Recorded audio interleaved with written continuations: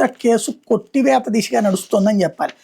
ఆంధ్రప్రదేశ్ మాజీ ముఖ్యమంత్రి YSR Congress party అధినేత వైఎస్ జగన్మోహన్ రెడ్డి మీద అక్రమంగా ఆరోపించిన కేసులో వాన్ పిక్ అంటూ సాక్షి రాసుకొచ్చింది.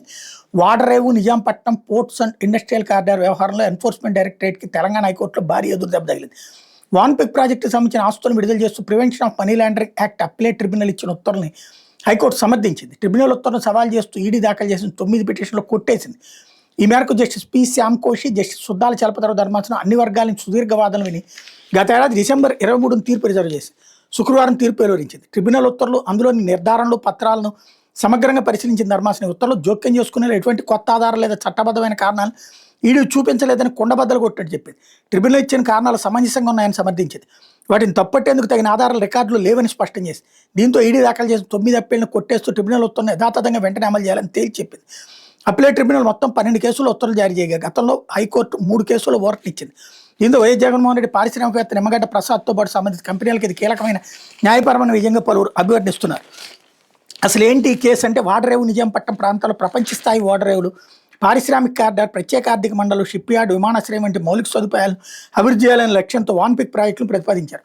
ఉమ్మడి ఆంధ్రప్రదేశ్ ప్రభుత్వం, యునైటెడ్ అరబ్ ఎమిరేట్స్లోని రస్ ఆల్ ఖైమా ప్రభుత్వం మధ్య ప్రభుత్వ G2G విధానంలో ఈ ప్రాజెక్టు రూపుదిద్దుకుంది. ఈ ప్రాజెక్టులో ప్రయోజనాలు పొందిన నిమ్మగడ్డ ప్రసాద్ ప్రతిఫలంగా జగన్కి చెందిన కంపెనీలో 863 కోట్ల పెట్టుబడులు పెట్టారన్న నాటి అధికార ప్రతిపక్ష కుట్రలో భాగంగా సిబిఐ ఈడీ కేసులు నమోదు చేసింది.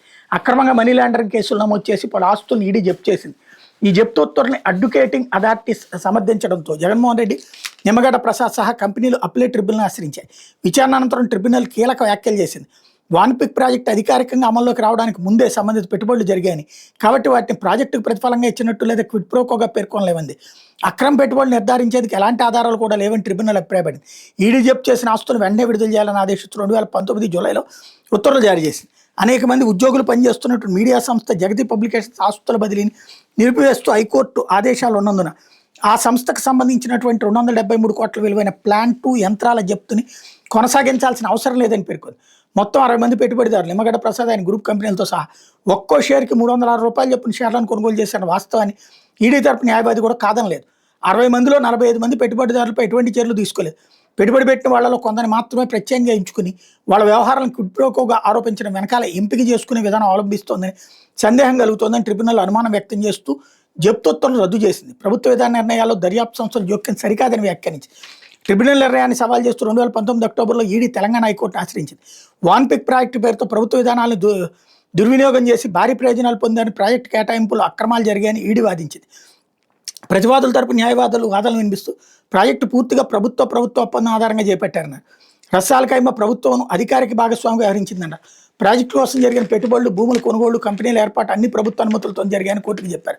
హైకోర్టు కొట్టివేసిన అప్పీళ్లలో G2 corporate services, Suguni constructions LLP, Jagati publications, Gilchrist investments private limited, alpha avenue private limited, Carmel Asia holdings, YS Jaganmohan Reddy, alpha Vilas private limited, Nimmagadda Prasad తదితర ప్రతివాదులకు ఊరట లభించింది. Vanpic ports private limited and others, Vanpic projects private limited, Vanpic store ports private లిమిటెడ్లకు 2 ఏళ్ల క్రితం justice Ujjal Bhuyan ఆధ్వర్యం ధర్మాసనం ఇచ్చిన ఉత్తర్వుల్లో ఊరట లభించిన విషయం తెలిసిందే. వాన్ పిక్ ప్రాజెక్టులో రస్ ఆల్ ఖైమా ప్రభుత్వంతో ఉమ్మడి ఆంధ్రప్రదేశ్ ప్రభుత్వ ఒప్పందం కింద ప్రారంభించిందన్న వాదనలు రికార్డులో ఆధారాలు ఉన్నాయని, పరిశ్రమల అభివృద్ధి కోసం ప్రభుత్వం నేరుగా చర్చలు జరిపి ఒప్పందాలు కుదుర్చుకోవచ్చని గుర్తు చేసింది. వాన్ పిక్ ప్రాజెక్టుకు సంబంధించిన పలు అంశాలు సిబిఐ ఈడీలు విధాన నిర్ణయాలను కూడా నేరపూరిత చర్యలుగా చిత్రీకరించే ప్రయత్నాలు చేశాయని వ్యాఖ్యానించింది. ప్రభుత్వం తీసుకున్న ఆర్థిక పారిశ్రామిక విధాన నిర్ణయాలు దర్యాప్తు సంస్థలు తమ అభిప్రాయాలతో భర్తీ చేయలేవని పేర్కొంది. ప్రభుత్వానికి విధానపరమైన నిర్ణయాలు తీసుకునే స్వేచ్ఛ ఉంటుందని స్పష్టం చేసింది. అంతేకాకుండా అవగాహన ఒప్పందం ప్రతి అంశం తుది ఒప్పందంలో యథాతథంగా ఉండాల్సిన అవసరం లేదండి. భారీ మౌలిక సదుపాయాల ప్రాజెక్టులో పరిస్థితులకు అనుగుణంగా మార్పులు సహజమని అభిప్రాయపడింది. అడ్వకేటింగ్ అథారిటీ పలు కీలక పత్రాలు, వాదనలు సరిగా పరిశీలించలేదండి.